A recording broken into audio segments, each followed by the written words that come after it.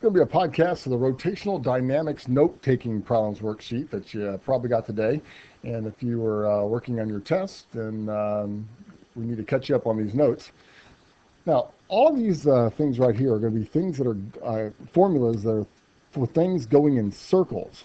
And we're going to use Greek letters instead of English letters. And I'm just going to show you how all the formulas are going to stay exactly the same, except we're going to be using Greek. So all we have to do is learn some Greek language, which it's all Greek to me. That was great. All right, so let me go through and show you some different symbols here.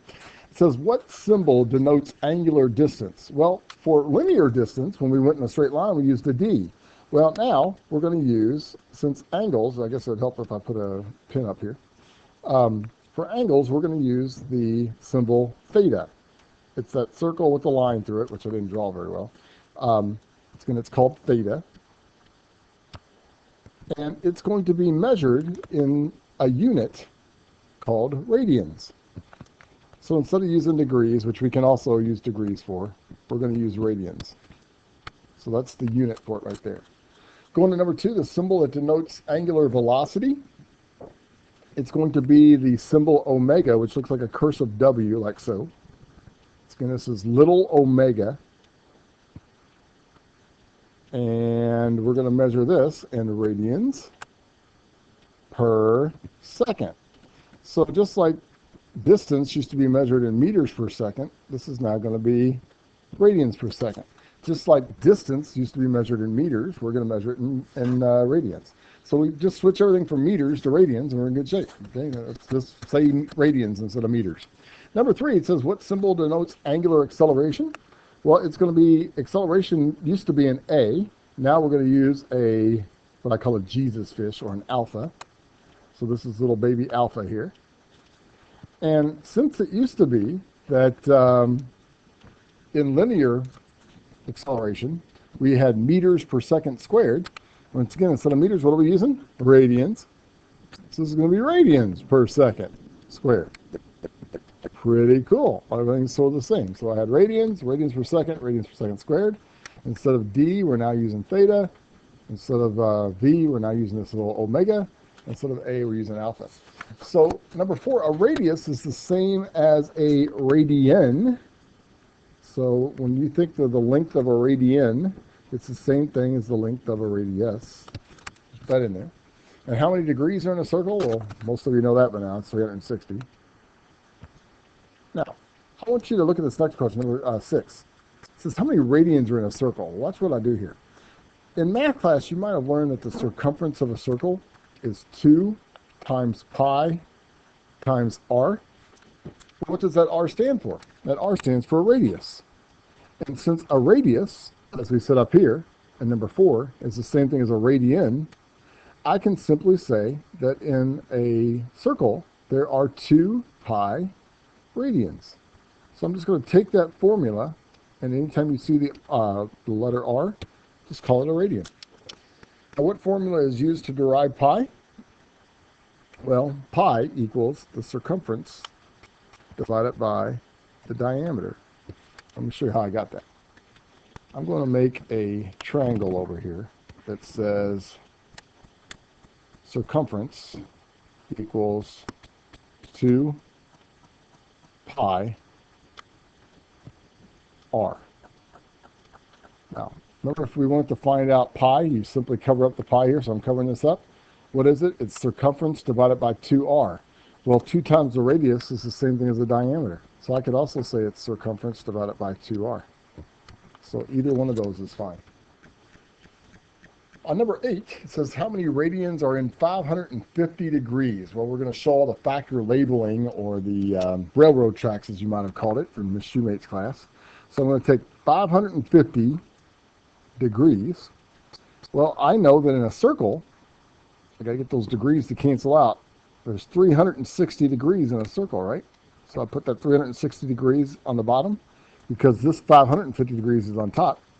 And up here on the top, I'm going to put 2 pi. And you got to remember, in a circle, there are 2 pi radians. Remember, 2 pi r is the same thing as the circumference of a circle. So I'm just going to call that r, radians. So now I'm going to take the 550 times the 2 pi divided by 360, and I get 9.6. Well, let's see what the units are left over. That degree cancels out, that degree cancels out, and you're left with the units of radians. Now I'm going to do the same thing. It says how many radians are in 4.35 revolutions. Well, I'm just going to write down about 4.35 because that's the number they gave me, and that's a revolution. We're going to do the same thing down here. I'm going to get those revolutions to cancel out by putting one revolution on the bottom. And a revolution is the same thing as a circle. So I'm going to put 2 pi r, or 2 pi radians, on the top. Because once again, 2 pi r radians is the same thing as a circle. A revolution is the same thing as a circle. So those things are the same. And when you do all the math, you end up getting 27.3 radians.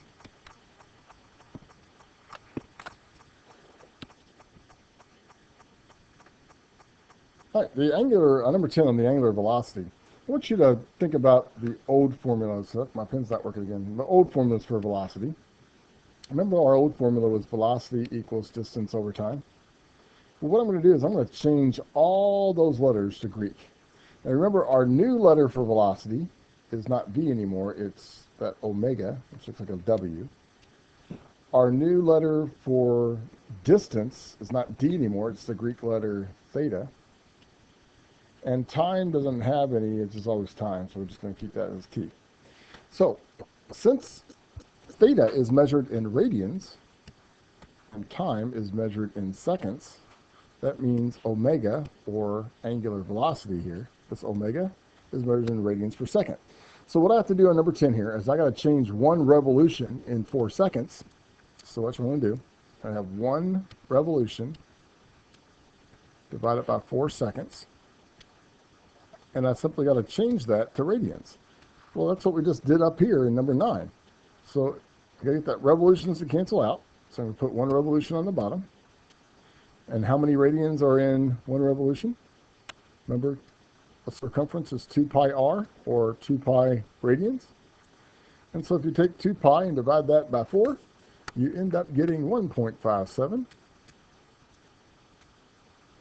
The revolutions canceled out, and you're left with an angular velocity, or that little W there, of 1.5 radians per second.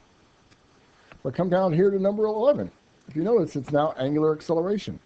Well, I want you to notice this. The formulas are exactly the same. Our old formula for acceleration was A equals V over T. I'm just going to change all those letters to Greek. Remember, the new letter in Greek for acceleration is now alpha, or Jesus fish. The velocity is now this little W up here, or what we call omega, and that's going to be divided by time. Now all we got to do is put in the numbers.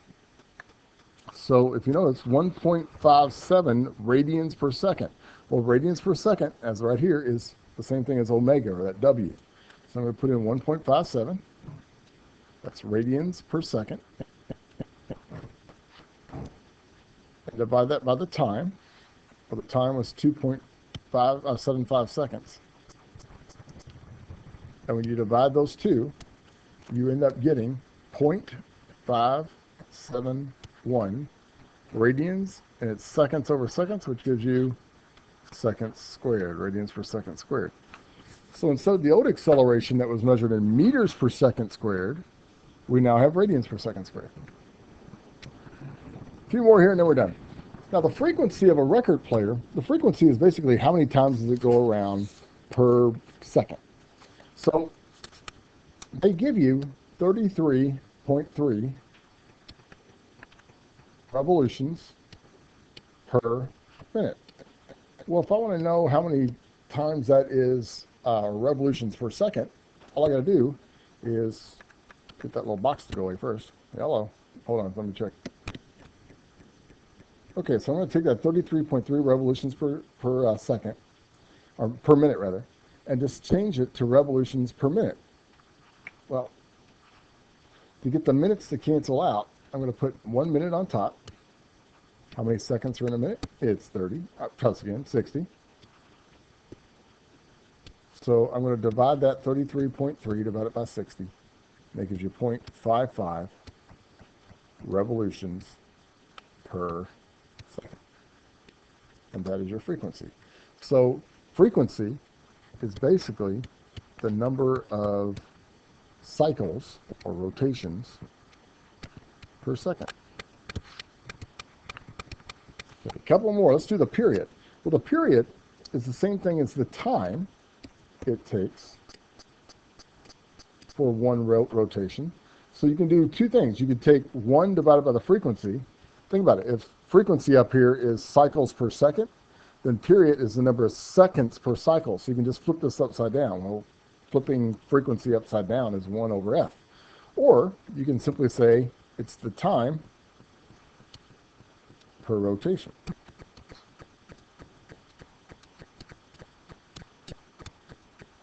So what I'm going to do here is I'm going to put in 60 seconds, because 1 minute is 60 seconds, divide it by 33.3 revolutions or rotations. And that ends up giving you 1.8 seconds per rotation. All right, a few more to go. Let's talk about the frequency of a hard drive if it spins at 7,200 revolutions per minute. What is the angular velocity? Well, it seems like it'd be a really hard problem, but once again, it's just a conversion factor like many of these are. Let's talk about what that angular velocity is measured in. Angular velocity is measured in radians per second. So what I have to do is this. I've got to change the revolutions to radians, and I've got to change the minutes to seconds. So let's do revolutions to radians first. I'm going to have 1 revolution on the bottom. That way those things cancel out. And don't forget that in 1 revolution, there's 2 pi radians.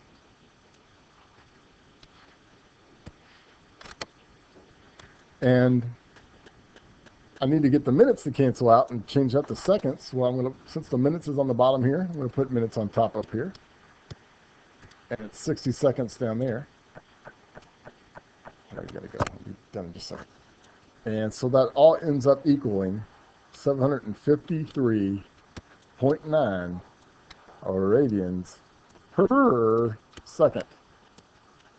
All right.